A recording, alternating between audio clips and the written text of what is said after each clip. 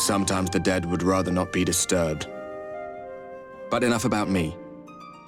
What of Armorang?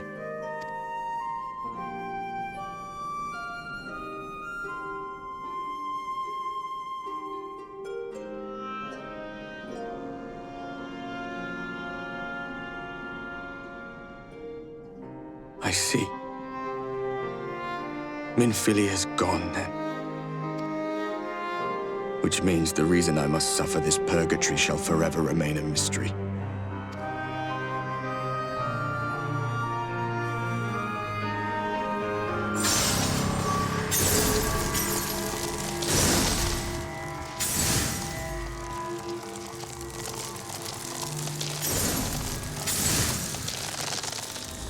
What's the matter? Are you all right?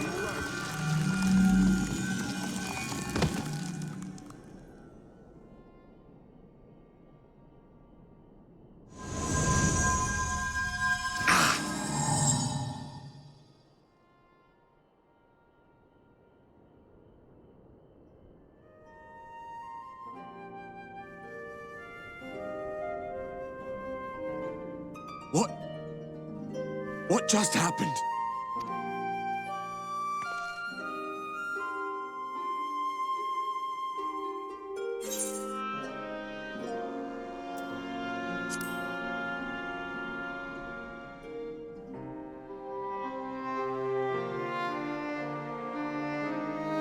Minfilia said my time had not yet come. That I still had a role to play. Not even the most valiant heroes can stand alone. No, it couldn't be. There's only one hero in this room, and it is not me. I'm just a shadow, cursed to wander.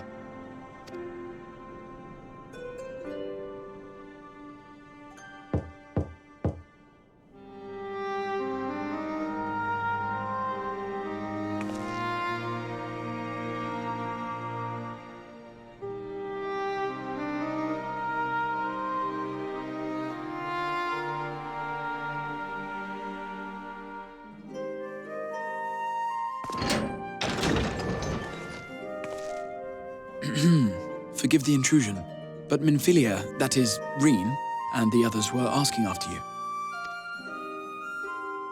Is everything all right?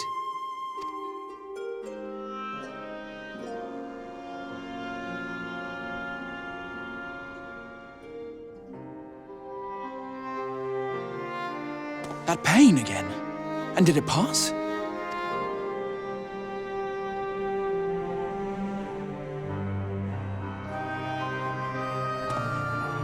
Thank goodness for that. I would not wish to see you suffer.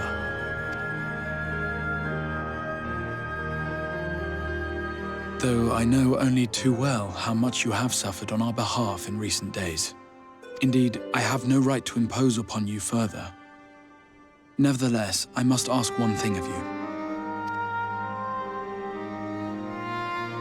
That you survive this, no matter what. When the dust settles, you must return to your world, for the battles to come and the wars yet unwon. The final Light Warden is all that stands between us and victory. There is still much we must do to prepare, but for now, I will see if there is aught that may remedy the strange affliction which plagues you.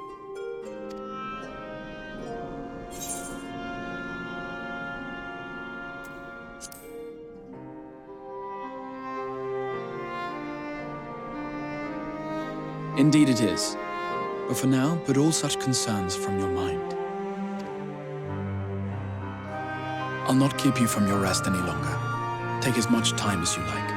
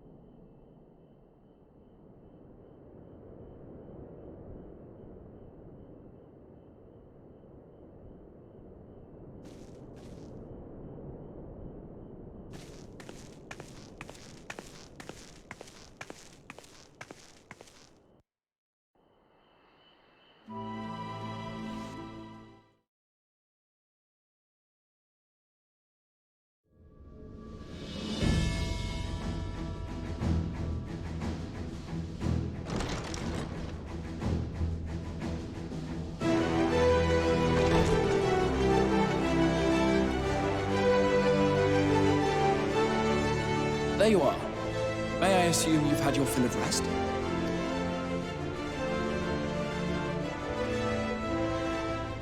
That is well. Now that we are all present, let us speak of our plan. Thus far, we have vanquished 4 Light Wardens, restoring night to much of Norvrand. Only one remains, that of Calusia. And with Reen to guide us, I am certain we will find it.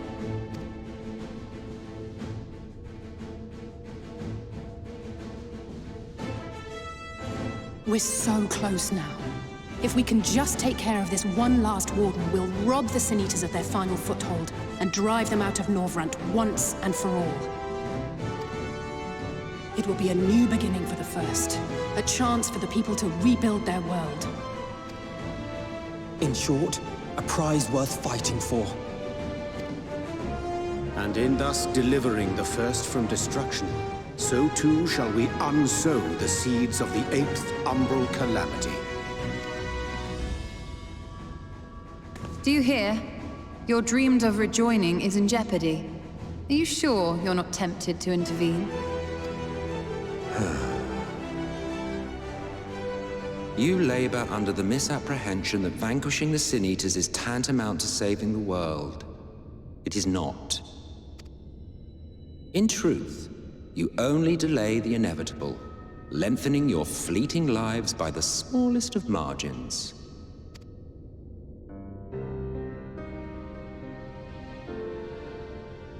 Twould be churlish of me to deny you this small concession, close as we've become. Foolish and misguided though you are not without charm. Each and every one of you is possessed of a noble heart. When the weak want for succor, you do not hesitate to provide it. Alas, your nobility is short-sighted. You think only of the problem in front of your nose. A limitation of your ephemeral existence. Our lives may seem short and insignificant to the likes of you, but one does not need to be an eternal being to achieve lasting change. If I may stop you there, I do not claim that we Ascians are special. That is another misconception. In the beginning, everyone lived nigh for eternity. Such was the natural order of things. But like so much else, this was taken from you.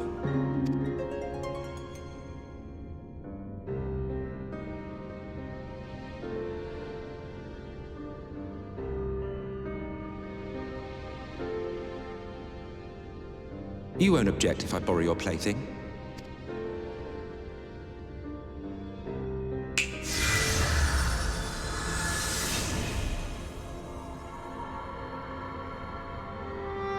In the distant past, when the world was one and whole, a great calamity threatened all life.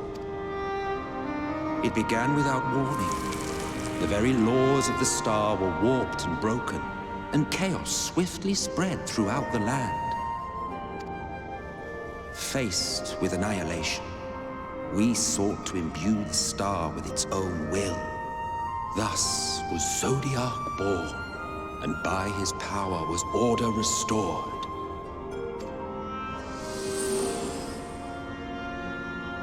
Ere long, however, thankless fools began to fear that Zodiac's might was too great, and so they conjured another to keep him in check. Your own dear Hydaelyn. And the two beings waged war until, with a single devastating blow, Hydaelyn unmade Zodiac, scattering his being across space and time. So you told us in the Katana Ravel. Yes, yes. And there began our woes, with Hydaelyn's blow and all that it wrought. As a counterbalance to Zodiac, Hydaelyn was created with the power to enervate her foe. This singular ability strikes not at such banal things as flesh, but everything that defines the target, diluting its existence. For example, were she to strike you,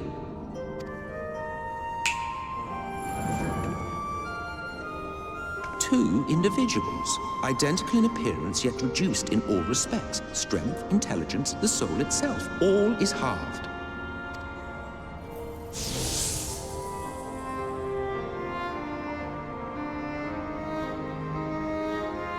Do you see? This self-same fate befell not only Zodiac, but the very star.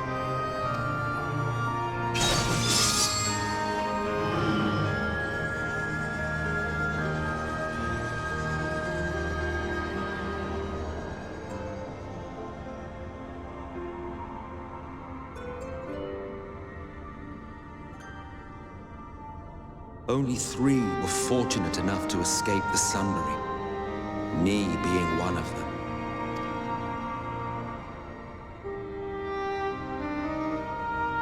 When I beheld the shattered remnants of our home, I knew deepest despair. The inhabitants of these 14 fragments were feeble, frail and foolish, oblivious to their imperfection, ignorant of their past. Malformed creatures thrashing blindly about. Pitiful, disturbing, depressing. So, we took it upon ourselves to rejoin the worlds. But in our eagerness and, I confess, our ignorance, we erred and made a useless void of the 13th.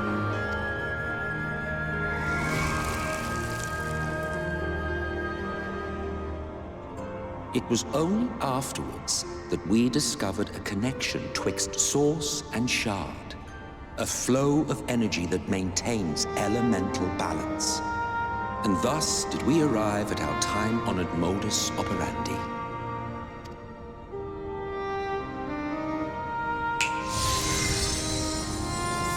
From a purely Ascian standpoint, it could be said that what you seek to do is only logical. But that would be to ignore the immeasurable destruction wrought with each rejoining. You have murdered millions, and this we cannot condone. By your fragmented existence, you continue to give rise to tragedies far crueler than any calamity. But yes, moral relativism and all that. Case in point, I do not consider you to be truly alive, ergo I will not be guilty of murder if I kill you.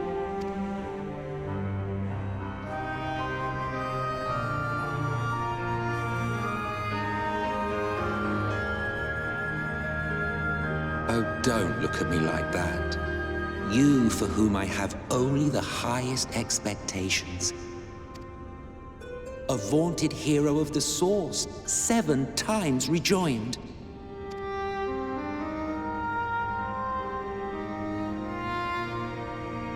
Long have I awaited one who might brave a path of lesser tragedy.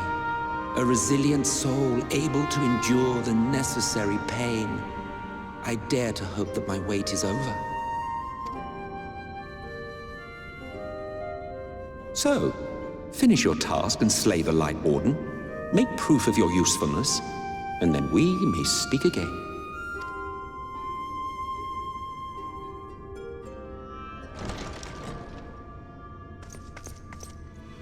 Forgive me, my lord, but this could not wait. Speak freely, Captain. Our informant in Colusia sends word of unusual activity in Yulmor. It appears their forces are entrenching themselves at key points throughout the city, making ready for an attack by all indications. An intriguing use of resources. I rather doubt Lord Vorthry is concerned for the safety of his citizens. You think he's harboring the Light Warden inside the city walls? Even if he does have some means of controlling the Sin Eaters, wouldn't that be a little risky? Risky or not, if there is even a chance the Warden is hiding there, we will need to act fast. The longer we wait, the better prepared the Yulmorans will be.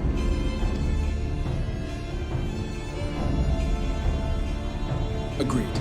See to your preparations then and make for Colusia. God's willing, this hunt will be the last. Let us see it through to the end.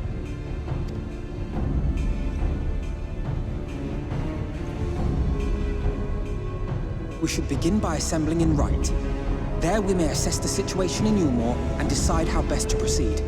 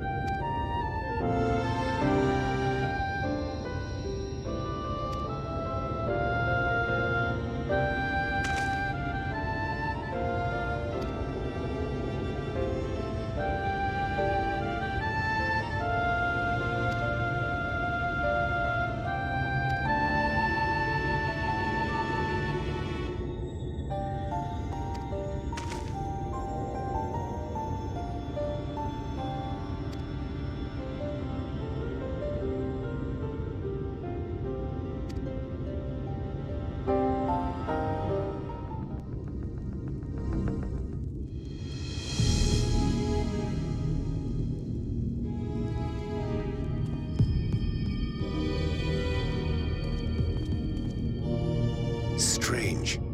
Passing strange. By their behavior, we may safely assume that they are under Vorthri's mind control. Yet the extent of the effect seemeth to vary dramatically between subjects. It is far too pronounced to be attributed simply to the vagaries of innate magical resistance.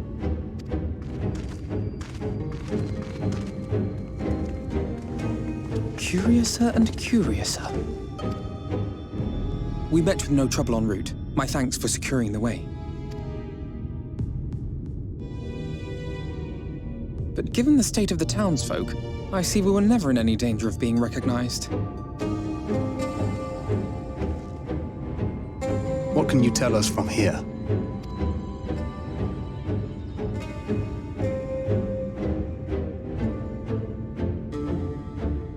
I sense a powerful eater in the uppermost reaches of the city. But there's something different about it. Its light is impure. We need to get closer. Oh, so that one's Alphino. Well, unless you're triplets.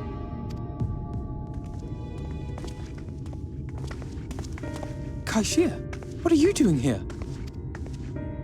While I was scouting the area, I noticed a suspicious figure skulking about. So I accosted him, only to have him call me Alphino. I thought it best to bring him along. You see, that informant who's been feeding secrets to the Crystarium, it's me. See, after you saved my life in Yulmore, I thought about going somewhere far away, but I couldn't just leave, not without paying you back.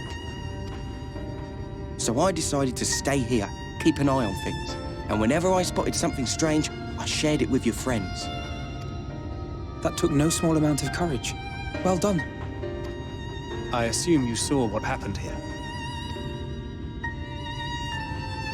Right, so an airship flew in a bit ago, and not long after, Vorthri starts ranting and raving. You could hear him from all the way out here. Geezer was doing his nut, shouting and screaming like someone had nicked his pie. 'Tis like the airship bore the soldiers sent to thwart our efforts in Armorang. So eventually the yelling dies down, and then this hot, sticky wind comes blowing through. Now that's when everyone went funny. No, everyone but me. Well, me and a couple of newcomers, though even they started mumbling about Vorthri after a while. Not as bad as the rest, mind you. Newcomers.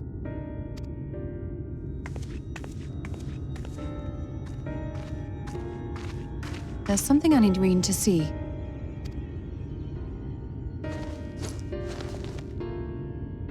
This was among the townfolk's food stores.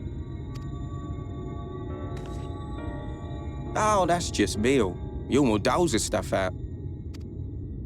No, it couldn't be.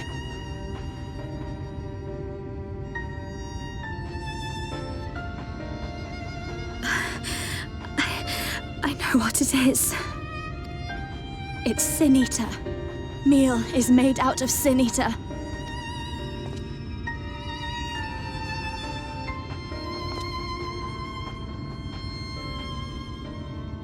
So it is. In limited quantities, it may have little effect on an average individual. Yet if one were to consume it regularly, over a period of several years, I suspect it would do far, far more than merely nourish the body. That Vorthri wieldeth power over Sin Eaters is known. Could it be that those who partake of their flesh do thereby render themselves susceptible to his influence? It would serve to explain why the town's newer arrivals succumbed less quickly than those raised on a diet of meal. He's been rounding up Sin Eaters and feeding them to people. Altering them mouthful by mouthful, all to stop them answering back. There are desperate souls out there killing themselves to escape turning. This is unforgivable. An atrocity. These Sin Eaters. What if they are not simply rounded up? Do you remember what we were told when first we came to the city? Many enter, but none leave.